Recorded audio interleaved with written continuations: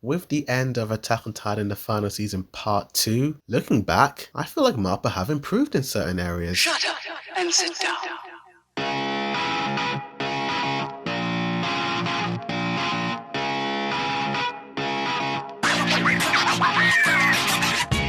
Yo, what's good? It's a boy with the views. And some light spoilers of the anime of Attack on Titan the final season part 2, you've been warned. Now that the season is finally wrapped up, I decided to look back and talk about the top 5 things that Studio MAPPA did far better in part 2 than he did in part 1. While part 1 had some great moments, there is no question that part 1 and part 2 are like night and day. So without further ado, let's get on with this ranking. Coming in at number 5, consistent character design in part 2. The middle portion of part 1 did have some really odd and awkwardly drawn character designs of certain people, particularly the main crew from the Paradise Island, but I guess it's not truly MAPPA's fault as they were truly on a tight schedule. But part 2 absolutely goes above and beyond. There are some designs that absolutely resemble what came before it in Wit Studios' era. Episode 83, titled Pride, is the best looking episode in terms of character design. The only reason why this is at the bottom of the list is that there were some moments in the past realm that my boy Eren Yeager wasn't drawn as well as he was drawn in the previous episodes, but it's just a silly little nitpick. At number 4, we have more vibrant colors in this season, and I feel like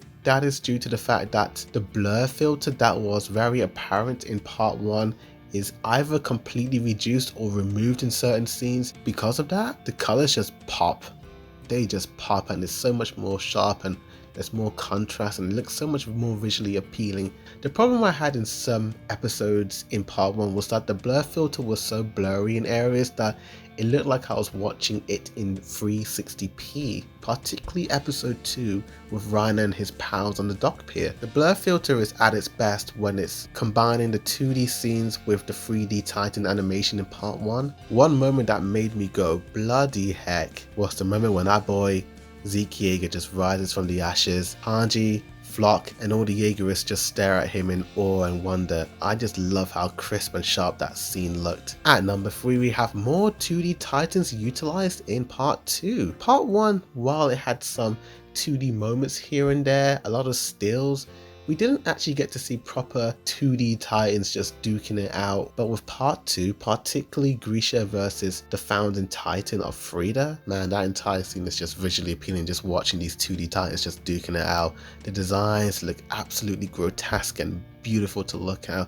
and the gore, they do not go back on the gore in this season. I love how we got to see some 2D stills and little animated moments of the Beast Titan in episode 77 Sneak Attack, and of course both Falcon's pure Titan design and his official Jaw Titan design are completely 2D animation, and they look bloody fantastic. And as well as that, the pure Titans are always going to be in 2D. Even in part 1 they were 2D, but they look even more creepier in this season. And we got a little bit of 2D Annie as well. At number 2, improved CGI Titans. While part 1's Titan designs looked pretty nice, the animation on them didn't look quite as hot. Particularly whenever Eren and Galliard were duking it out, it looked a bit janky at times, and I wasn't liking it. Episode 1 of that season, bloody heck, that Beast Titan throwing those rocks towards the boat, so bloody fantastic. But after that episode, I feel like the Beast Titans animation just went a bit downhill, in my opinion.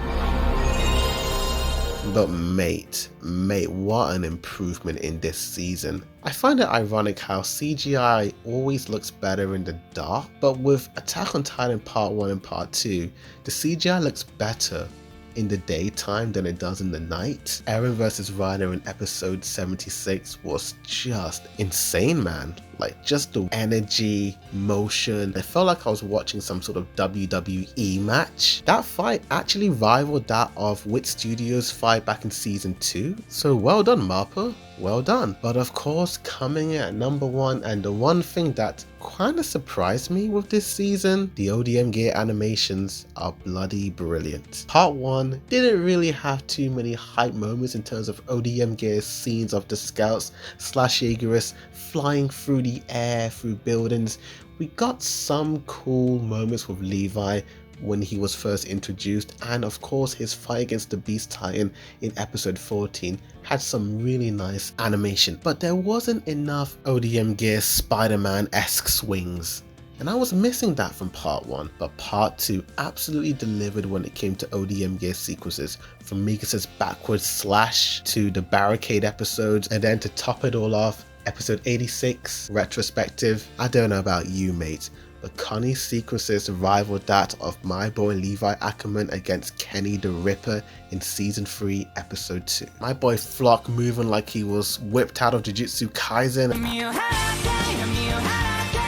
and Mikasa just being a bloody animal, just killing those poor Jaegerists who did nothing wrong but just wanted to protect their freedom. Even Reiner and Annie had some cool moments, along with my king Flock. And even though there were a lot of these hyped action scenes, there were some subtle ODM Gear scenes of like Armin flying up to rescue Falco that didn't needed to be there, but I feel like Mappa was just flexing at that point, just saying that, hey, we're just as good as Wit.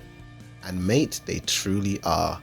And that's why ODM Gear scene animation improvements is the top 1 reason why the final season part 2 is better than the final season part 1. But my list might not be the right list. Tell me your list in the comments down below.